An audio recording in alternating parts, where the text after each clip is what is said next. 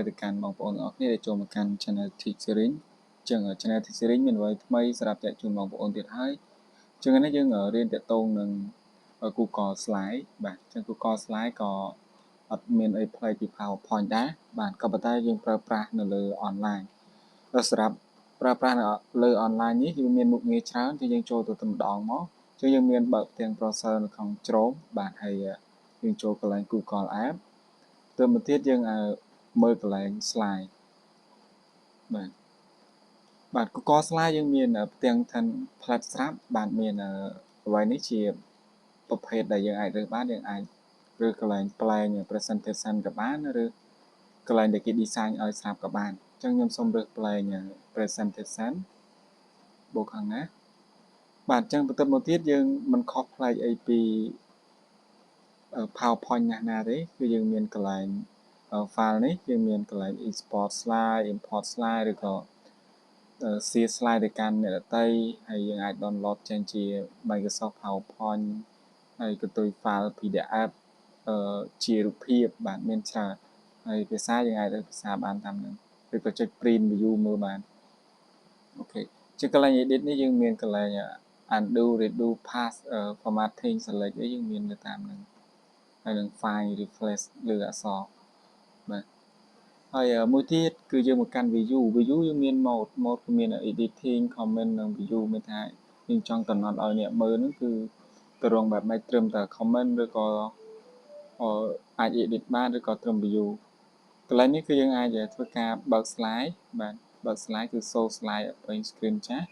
បើយើងចង់ចាញ់យើងអាចចុច escape នៅលើ keyboard បាទយើងចាញ់មកវិញបន្ទាប់មកទៀតកន្លែង motion បាទ motion គឺប្រភេទtransition ណាបាទ team builder គឺ color យើងអាចចាក់ពណ៌បានបាទខ្ញុំអត់ចាក់ទេបាទហើយយើងមកកាន់កន្លែង comment នេះយើងអាចធ្វើការ comment លើក្រដាស់របស់យើងបានបាទហើយបន្តមកទៀតយើងអាចធ្វើការ zoom screen បាទបន្ទូច zoom out zoom ភាគរយអីបានទៅតាមនឹងបាទមួយទៀតធ្វើការ insert យើងអាច import from computer import from web import from drive photo ឬក៏ថតផ្ទាល់ក៏បានឬក៏ import តាម link សម្រាប់ការដាក់រូបភាពមកលើ slide ហើយប្រភេទ text box គឺដែលយើងចុចលើចំនេះគឺប្រភេទ text box នៅលើដោយតែ PowerPoint ទេអញ្ចឹងអត់ខុសគ្នាណាទេបាទហើយកន្លែងនេះគឺយើងមាន diagram មាន grid មាន process អី cursor អីយើងអាចរើសបានតាមនឹងលក្ខណៈ flowchart ទេហើយកន្លែងតារាងនេះក៏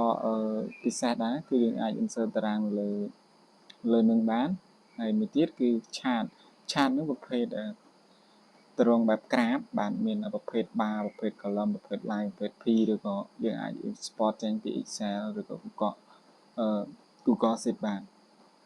អញ្ចឹង line ប្រភេទបន្ទាត់អានឹងនិយាយទៅ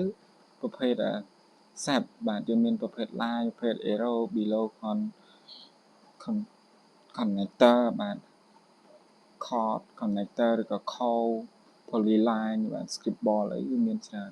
ហើយនេះកន្លែង work art នេះគឺអក្សរឆ្លាក់ហើយកន្លែង insert ដែលវីដេអូយើងអាច insert វីដេអូដាក់ចូលក្នុងនឹងបានហើយមួយទៀតគឺ insert audio ចុងក្រោយ comment បាទ add new slide ឬក៏យើងអាច export template ហើយកន្លែងនេះយើងអាចដាក់លេខរៀងទៅពើបានអូខេចូលដល់ format យើងមានត្រង់ format text មាន align alignment បាទដើម្បីឲ្យបើកចេញបានគឺត្រូវត្រាតែយើងចុចឲ្យចំកន្លែងណាមួយឧទាហរណ៍និយាយពាក្យ hello ចោះបាទហើយចុចមកបាច់កន្លែងនេះបាទកន្លែងនេះយើងអាចចុចកន្លែង format បានformat យើងមានទម្រង់អក្សរដិតអក្សរ straight line យើងមាន trapezoid superscript subscript ហើយ size នេះគឺយើងមាន increase font size វាថាទៅឡើងមក font បាទ decrease font size បាទឬក៏យើងអាចប្រើ shortcut បាន control shift បូកសញ្ញាបូកនោះវាឡើងទៅតាមហ្នឹង color ពណ៌អក្សរបាទបើរកពណ៌អក្សរយើងចុចកន្លែង format text មកយើងអាចចាក់ពណ៌បានប៉ុន្តែយើងអាចប្រើខាងក្រៅនេះបានមិនជាបញ្ហាទេបាទ highlight នេះយើងអាច highlight មកតាមនឹងបានយើងអាចរើសតាមនឹងបានមានប្រភេទ link paragraph spacing នេះគឺកម្រិតពីអក្សរមួយទៅអក្សរមួយហើយមួយទៀត bullet នេះគឺប្រភេទលេខរៀងអូតូទេបាទមានលេខផងមាននេះផងមានសញ្ញាផង border បាទ border យើងមានកម្រាស់របស់វាហើយយើងអាចមើលតាមនឹងបានមាន single double triple sort បាទហើយនឹង format option clear formatting clear formatting នេះក៏សំខាន់ដែរករណីអក្សរយើងជាប់អីមួយជាលក្ខណៈប្រភេទទំហំប្រភេទពើអញ្ចឹងយើងអាចធ្វើការ clear formatting ទៅវាមកដូចដើមវិញហើយចុងក្រោយគឺ slide បាទ slide នេះគឺយើងអាច add new អាច template new នេះគឺយើងអាចមើល template បានអូខេបាទ slide បាទវាមាន template duplicate slide គឺស្មើនឹង copy ដែរគឺដូចច្បាប់ចន្លងដើមហើយ delete slide គឺលុបចេញយើងអាចចុច delete នៅលើ keyboard ក៏បានscript slide នេះគឺយើងអាចបិទ slide កុំឲ្យឃើញក៏បានបើករណីមាន slide ច្រើនយើងអាចចុច move on move up ទៅក្រោមទៅលើបាន move slide ណាហើយកន្លែងនេះគឺកន្លែង change background ហើយមួយទៀតគឺ layout ប្រភេទ layout នេះគឺយើងអាចរើសប្រភេទបានឬយើង design ខ្លួនឯងផ្ទាល់ក៏បានមិនចាំបាច់រើសកន្លែង layout នោះទេហើយកន្លែងនេះគឺ transition សម្រាប់ transition គឺយើង yes គឺយើងអាចធ្វើការដាក់នៅចលនាស្ដៅ transition គឺចលនា slide បាទហើយអត់មាន animation គឺចលនាទៅលើធាតុផ្សេងៗនៅក្នុង slide ហើយ edit theme នេះគឺយើងអាចចាក់ពើហើយ change theme គឺយើងអាចធ្វើការ change theme បានហើយចុងក្រោយគឺ arrange គឺវាមានប្រភេទរុញ shape របស់យើងទៅមុខទៅក្រោយបាទអានេះទៅមុខអានេះមកក្រោយហើយ center គឺយើងអាចធ្វើឲ្យ shape ហ្នឹងនៅកណ្ដាលឬក៏ vertical ផ្ដេកបានបាទហើយ rotate គឺយើងអាច rotate shape ហ្នឹងទៅលើទៅក្រោមបានអូខេបើកន្លែង crop នេះលុះត្រាតែយើង select shape 2ចូលគ្នាយើងអាច crop បានបាទហើយចុងក្រោយ tool គឺយើងមានពាក្យ check spelling ហើយ link object dictionary បាទ question បាទ history ហើយយើងអាចឆាតសួរបានបាទហើយ notification នេះគឺប្រភេទលើកម្មវិធីហ្នឹងវាអាច accessibility គឺយើងអាចមានសិទ្ធិមានអីកំណត់ទៅតាមនឹងបានអញ្ចឹងកន្លែងនេះមិនជាបញ្ហាទេពីចាន់សាន់ក៏យើងមិនទេបាទតែ help ហ្នឹងគឺយើងអាចផ្សេងបានអូខេអញ្ចឹងកុំឲ្យខាត់ពេកខ្ញុំមកធ្វើការរើសកន្លែង template នេះគឺយើងកន្លែង slide នេះយើងជីកពាក្យ template មកយើងមានកន្លែងរើសស្រាប់ដោយតែ PowerPoint នេះតែវាអាចទំនើបជាង PowerPoint បន្តិចឧទាហរណ៍ខ្ញុំឆ្លាញ់ប្រភេទនេះចុះយើងមាន template បាទយើងអាចចុច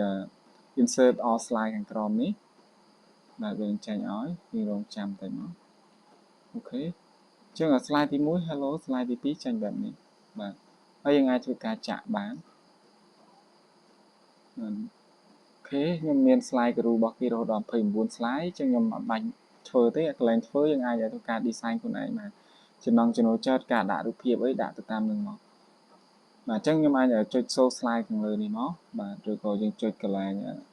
slide នេះយើងមានពាក្យ show អត់បាទបើអត់មាន show ទេយើងអាចមើលកន្លែង view មកណា view យើងចុច show slide ក៏បានឬក៏ control F5 តែខ្ញុំចុចកន្លែងនេះលឿនបាទយើងអាចចុច arrow key ដើម្បីដូរ slide ជាង slide របស់យើងធម្មតាទេគឺអត់មានចលនាអីដូរទេបាទគឺចុចទៅដូចឆ្កឹងបាទអញ្ចឹងកុំឲ្យឆ្កឹងយើងចុចទៅកន្លែង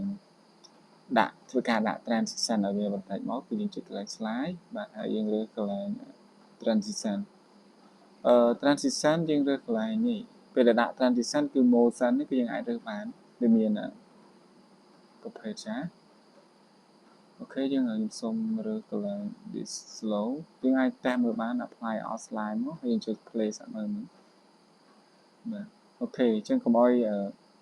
ខ្ញុំសូមខ្វាយសិនហើយបន្តមកទៀតខ្ញុំចុច show slide ទាំងអស់បាទ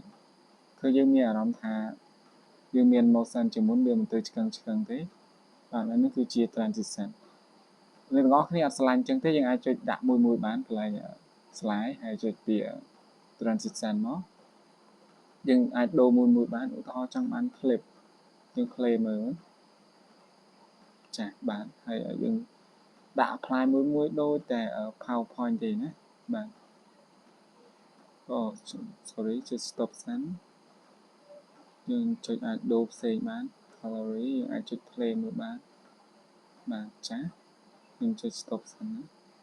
បាទអញ្ចឹងឧទាហរណ៍យើងចង់ដាក់អីគេចលនាលើ object គឺយើងរើសកន្លែងបាទកន្លែងនេះខ្ញុំសូមឆែកមើលតែ object ដូចយើងមាននៅកន្លែង insert animation បាទយើងចូលចំយើងអាចរើសវាមានប្រភេទច្រើនបាទយើងអាចមើលតាមហ្នឹងវាមាន zoom in zoom out ចឹងខ្ញុំ on click នេះគឺយើងកាក់នៅយើង click ទៅបានវាទៅរូបភាពហើយ after previous គឺវាចាញ់មកតាណា slide បាន with previous មានថាបន្ទាប់ពី after ដល់ចប់គឺ with previous ចាញ់ឲ្យហើយបាទចឹងខ្ញុំសូមធ្វើការ run ឲ្យគ្នាយើងមើលបាទព្រោះខ្ញុំមិនមែនចូលចំរូបភាពបាទវាចាញ់បែបនេះ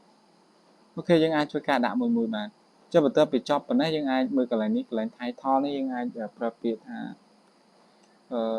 simple បាទ simple slide ទៅដល់ simple slide យើងអាចចូលចំតែមួយយើងធ្វើការ save អញ្ចឹងបញ្ជាក់ការ save នេះគឺវា save ជាប់នៅក្នុង Google Drive របស់យើងហើយយើងមិនភ័យថាខ្លាចបាត់តាណាទេបាទគឺវាជាប់នៅលើនឹងហើយបើយើងចង់ share ទៅកាន់អ្នកដទៃក៏អាចបានចុចបានដែរ share copy link ហ្នឹងមកបាទហើយ share ទៅអាចចែករំលែកបានបាទហើយកន្លែង view នេះយើងអាចកំណត់ mode នោះជាអ្នកគេជា view វិញហើយជាអ្នកគេជា editing